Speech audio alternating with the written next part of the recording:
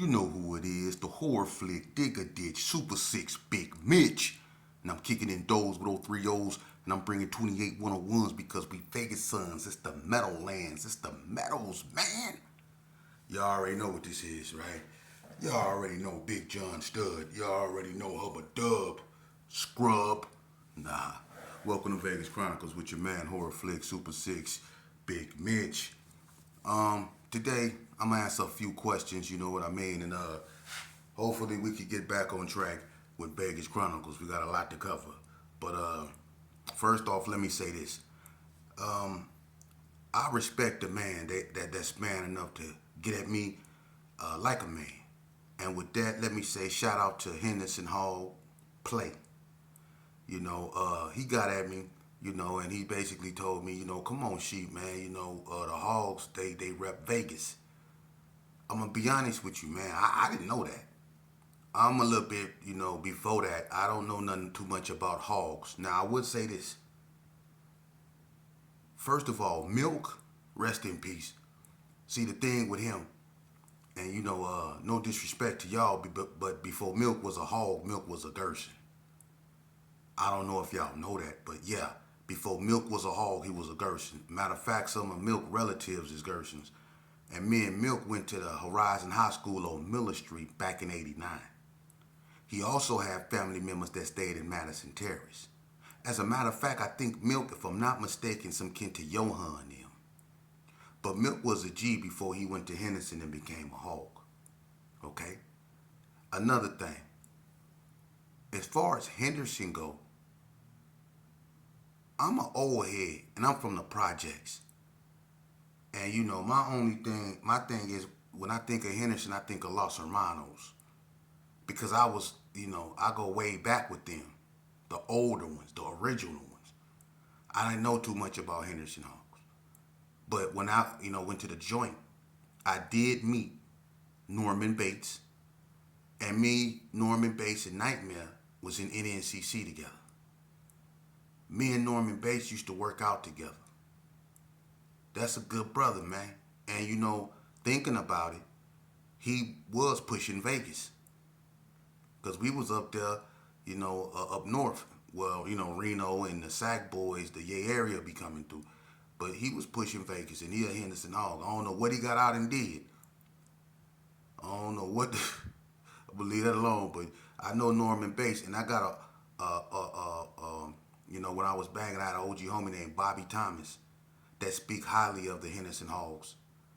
You know, he came down from Ely and was at Indian Springs on the occasion when he got into whatever, and it was some Henderson Hogs on the yard, and they had his back. You know, so when Bobby BT speak highly of the Henderson Hogs, so no disrespect to the Henderson Hogs, man. They say they push Vegas, they push Vegas, they push Vegas. Shout out to Plato. You know, moving along. Another question I was asked, and I'm gonna sum this up when it comes to that. When did the '60s? What did the Gerson get along with the '60s when they was on 40 block, and then when they migrated off 40 block, what started the friction? Okay. First of all, when the '60s was on 40 block, yes, they got along with the Gersons. That's a true fact. When they was on 40 block, there was no beef with the Gerson. They coexisted. Now, when they migrated around, like I say, 83, 84 to Crip City, I don't know what changed that. You know, it's a lot of things, you know, that you can imply, you know, the fact that they went over there and, you know, mingled with the Crip City gangsters. Even though the Gersons didn't have no really issues with Crip City gangsters, you know, they was mostly fighting back then. You know what I mean? So it was really no major issues like that. You know, and I'm gonna tell you something.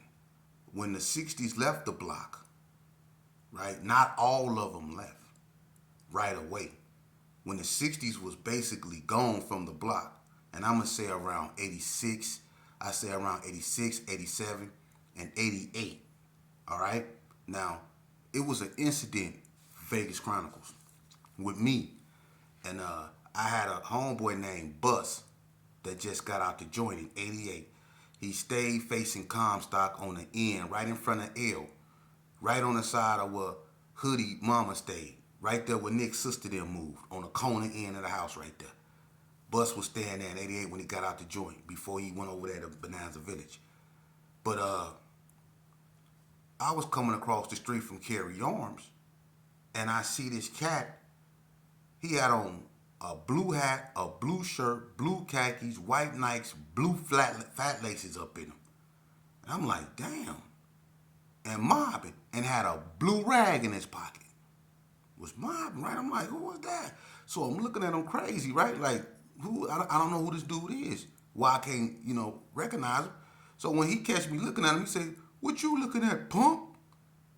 So I don't say nothing to him, you know what I mean? I'm just looking at him like, who is this dude, And I'm a little bitty cat, you know what I'm saying? So I go over there, I see Bus. I say, hey, Bus, it's some dude up over there, man, with all blue on, man, and talking, talking crazy. He said, who? Well, and he stood up, he looked. He said, hey, man. And the dude was walking, like on the line of the street on 40 block side. He was walking, on the sidewalk. So Bus come running up, to the parking lot screaming, hey, man, hey, come here. So he started coming across the street. He taking his shirt off. The dude with all the blue, he taking his shirt off, took his hat off, took his shirt off like he coming to fight. So Bus walk up on him and Bus said, man, that's Bob. I say, Bob? Yeah, it's Bob Green. Buzzo. Now, I ain't trying to put nobody on blast or nothing, but I did get into it with Buzzo, Bob. Me and Bus. Bus recognized who he was and say, man, that's Bob. Blued up.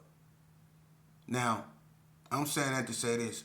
Before 40 Boys came out, he was probably, along with Do Dirty, Brother Al. Al still a 40 block 60.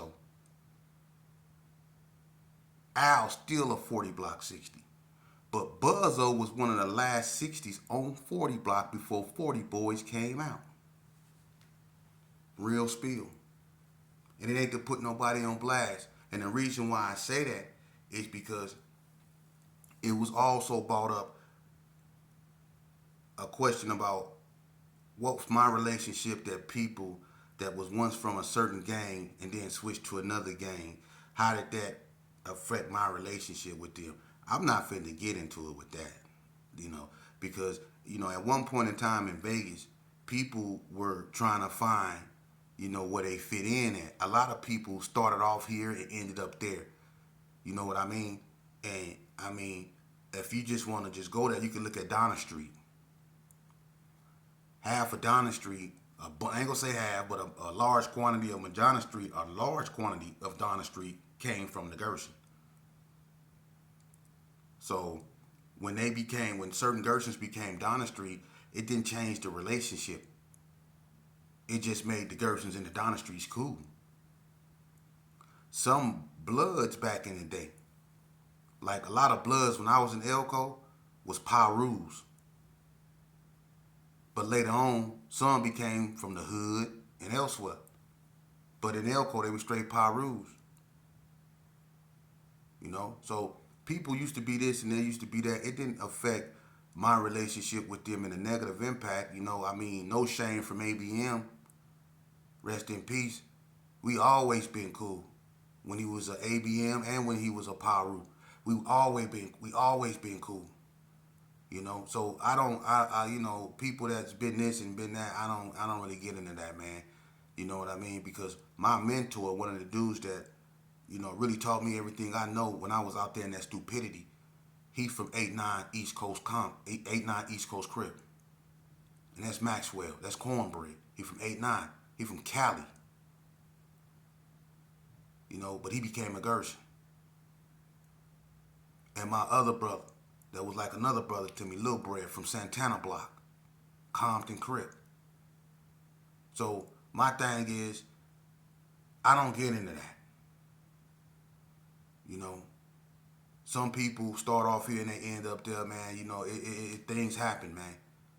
And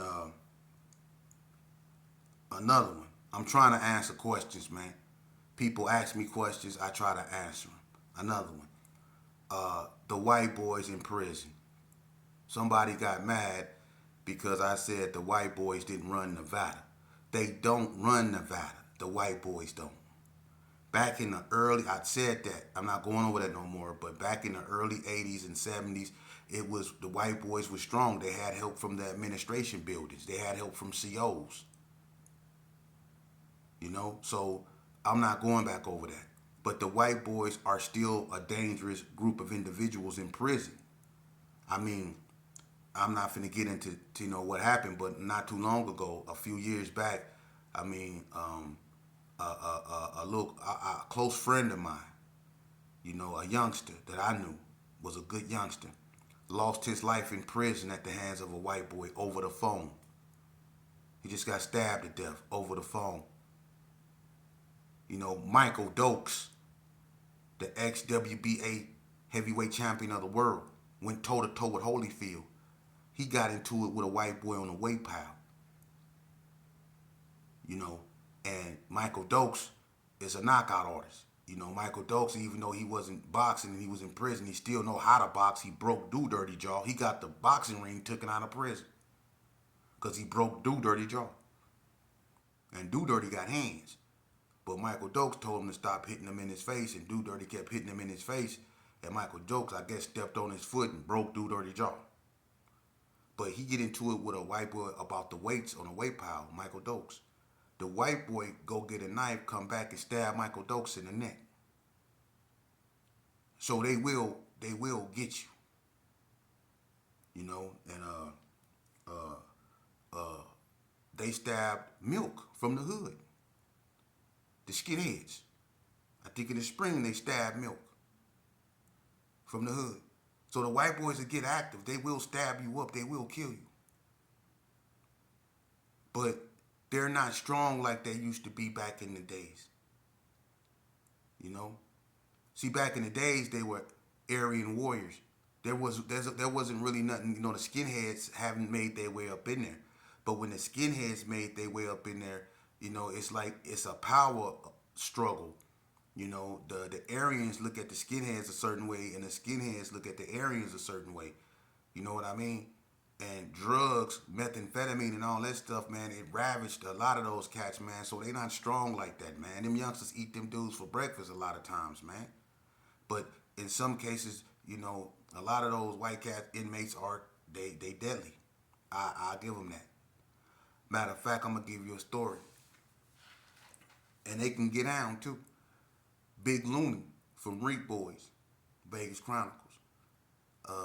Big Looney, and the Reap Boys, and his car, they normally ride with the Bloods, but the Reap Boys, they're an old gang, they're a predominantly white gang. They aligned themselves with the Bloods at one point, but as they withered away, some still align themselves with the Bloods, and others they go straight white. They go ride with the whites.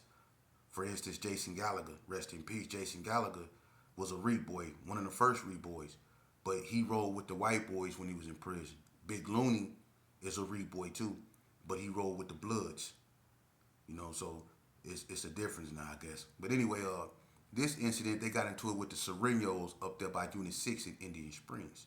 Everybody remember this. Now, I don't know if it was over drugs, but 9 times out of 10, when you got a fight that big, it's over dope. So we out there chilling in the front, it's 1,000 Mexicans, so now everybody is on alert because it's a bunch of Mexicans just, in groups of 5, groups of 3 right here, we like, what they on? But we also see, the whites kind of gathered up, and Big Looney, he walking around with his shirt off, and he like basically, he got this look on his face like, what's up? And we like, what's going on? You know what I mean? So when Big Looney go back up in the unit, I guess the Mexicans, they took it upon themselves to get him. That's who they really wanted, Big Looney. So when Big Looney went back in the unit, I guess they took it upon themselves to just try to rush Big Looney and get him. But they didn't know Big Looney can get down. And boy, when they rushed him about 5 seconds into the fight, they realized they messed up. Because Big Looney was, man, look, Big Looney went from the hallway, was working them to the other hallway, bought them by the microwave, had them in front of the caseworker's office. He was removing memos off the wall. He was whooping, man, listen, it was the Black CO Lynch. Everybody remember Lynch. Lynch was up in there. Lynch was even huddled up with everybody going, oh, oh, because Big Looney was whooping him. Big Looney was knocking them essays out, homie, and I'm not lying. Raise my right hand to God, ask anybody. And the other whites that he was riding with, they didn't even really get a chance to put in work because Big Looney had the whole crowd moving them. And when the police ran up there and they get him, right, they came out with Big Looney handcuffed. He still was talking crazy. He still was talking bad. After they done rushed him with knives and everything, he still was talking bad. They poked him up and everything. He was leaking, talking bad. So them white boys, they do get active. I give them that. You know, I'm not no hater. This platform isn't to agitate nobody or nothing like that. It's the truth. They will get active, but they're not as strong as they used to be back in the days. No, you know. And when I say that the blacks are the strongest, it is because so many of them on the yard. You know, and that's a shame. But that don't mean that they can't get hurt. That don't mean that they can't get injured. But you know, I'm gonna just keep it real with you because the Serenos don't allow just anybody on the yard with them. Everybody on the yard with them, they know what they in there for. They know what they about. They know their job. See, they ain't about the quantity. They're about the quality. The white boys try to be somewhat like the Serenos, but they're not. They're loosely like that. The blacks, look, it's dudes walking around there. The blacks, they don't paperwork check or nothing. You know, they basically tend to their own neighborhoods, their own cars, the Bloods, the Crips, the Gersons, you know, the rolling 60s or whatever. They tend to their own cars, their own neighborhoods. You know, they don't come together. They don't weed and seed nothing out. They don't care about no paperwork unless they done told on them or something. And 9 times out of 10, if that happened, they still don't care. You know what I mean? So it you know, that's what makes the black stronger because it's a lot of them. But that don't make them, I'm gonna just leave that alone because it's nothing good about that. Because at the end of the day, like I said, it can be more blacks than Hispanics. It can be, the blacks can be the strongest in a certain sense, but at the same time, man, when them people tell us to lock it down, strip and all that, that's what we go do. So don't nobody really run a penitentiary, man. If them people say you can't go on visit, you ain't going on visit. The state of Nevada, the wardens, they run that prison, man. Cause I don't care who you the leader of. I seen them. Listen, I seen how y'all remember Chino, that used to be the leader of the Serenos on High Desert Yard, and he told on the Samoans, Tamoya and Red, money them and the police. Y'all remember that? So I'm gonna be honest with you, man. I mean, prison is not what you think it is, man. It's not, especially Nevada prisons. Ain't nothing cool about being locked down, man. Is that what you want? Is that what you want? To be locked down with another man? Gotta ask to use the phone? Showering next to another man? Is that what you want? You gotta stand next to another man and get on a bus naked? You got people looking at your genital areas, making you bend over, squat, and cough? Do y'all tell y'all children what we really have to go through in prison? Or do you keep it a secret? Because if you want your child to live a better life, and you want your child to stay away from what you've been through, you need to tell them what you've been through. But you too much of a man to tell him how they had you on your knees in the dirt, naked, with your hands above your head and your feet crossed. Yeah. Because it be like that sometime in prison. Huh? Or what about the time? Huh? It's been times when I was in the hole. I'm going to keep it so 100 with y'all, man. It was times I was in the hole. Then late at night, you hear screaming, ah! and you hear somebody saying, shit you mother, yeah, somebody in the room getting raped. It's sick up in there, you know? It's sick up in there. Look, Dada,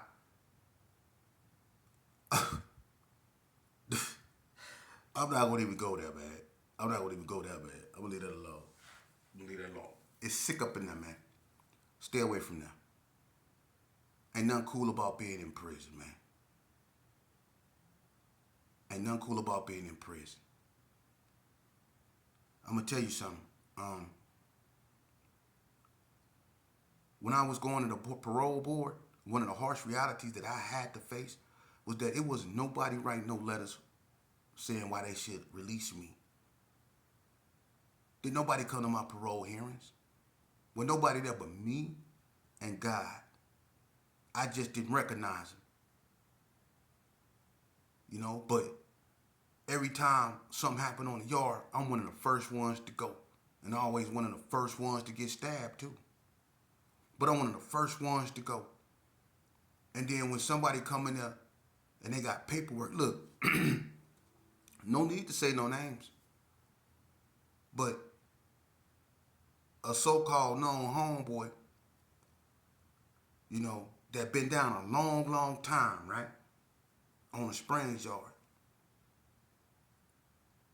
I mean, I thought he was a stumped down real dude, man. You know, and we mess with each other every day. He made sure my coffee shop tickets got in. He made sure my store got in. You know what I mean? Then all of a sudden, I get a call. Come to pill call. You know, I sneak out the unit. I go to pill call. He's standing down there with a cat from Northtown Gangsters. This cat got paperwork on a crime that they committed a long, long time ago that he told on. The Northtown gangster dude want that fade. He want a trip, you know? But the homie say he was trying to go home all of a sudden. See, that's what I be trying to tell you. It's not all what y'all think it is. So I chop it up with the Northtown gangster boy. You know? And he was like, see, it been so long ago, you know what I mean? It's so long ago. I'm like, man, well, leave that alone, man. I mean, if you ain't even got that type of time, homie, if you want to ruin your time and, go out there and do what you got to do what you got to do, man. You know what I'm saying? If y'all two, man, and if that's what y'all need to do, then, what am I going to do? I can't stop y'all from doing what y'all want to do. But the more we chopped it up, the more he started to embrace mental maturity. And then, they got together and they took a walk and they hashed it out. But that's what I be trying to say. Everything ain't what it's smoke and mirrors. Everything ain't what it seemed to be in this game, so why you want to play it? And it ain't enough people that call themselves OGs out here stressing that. That's why these youngsters still losing their life and they still think they're banging on this internet because that's what you have now, remote control bangers. That's what it's about now. It's not, and then they see the OGs, when they do see them, they on here arguing like they still in their 20s with gray hair. Talking about on Paru, or on the dead homies, on the dead ones, you know what I'm saying, on the dead homies, or on hood, you know what I mean? Come on, man. That's played out, man. On God. That's played out, man. It's time to man up, man. You done destroyed your neighborhood. We done destroyed our self-image. We done basically destroyed our children's future. Come on, man. It's that time. Now, I can sit here and talk about who Vegas this and Vegas that, but at some point, that's gonna get tiresome, and I'm gonna have to move on, and I plan on it. I can't wait to. And it's gonna be people. Shout out to DJ FOS, man. I can't wait to get this politicking thing going, you know. And shout out to everybody else that's doing positive things, man. People that want to tell a story, man, and use it as a means to help other people. Because you can use your faults and your failures to help other people succeed. We've been through it, and we know what it feels like to go through it. So we should be able to express these sentiments to the youth up out there in a way that they can grasp it comprehensively, so they don't have to put themselves through it. That's all I'm saying. And if you real about this, if you really real about this, then you will be with this. You was with it when it came to killing each other. When we came to killing each other, you was with it. You ain't with it now when it come to saving your children or your homeboy children. He ain't here. Your homeboy got killed in the game, remember? We trying to save his children. Don't you think he would want that? Y'all always saying on the dead ones. So if you putting it on the dead ones, if you got that much honor to put what you believe on the dead ones all the time, you ain't got that much honor to make sure that their kids don't follow the same path that led them to where they at. So don't nobody be putting it on them. Huh? Nah, y'all too gangster for that, huh? Y'all still caught up with this dread with the AK bull crap, huh? That's what you do until it gets serious, man. And when it gets serious, you go see who your friends is. You go see who your friends are when it gets serious. When Metro after you or when the feds come kick in your door, you go see who your friends are.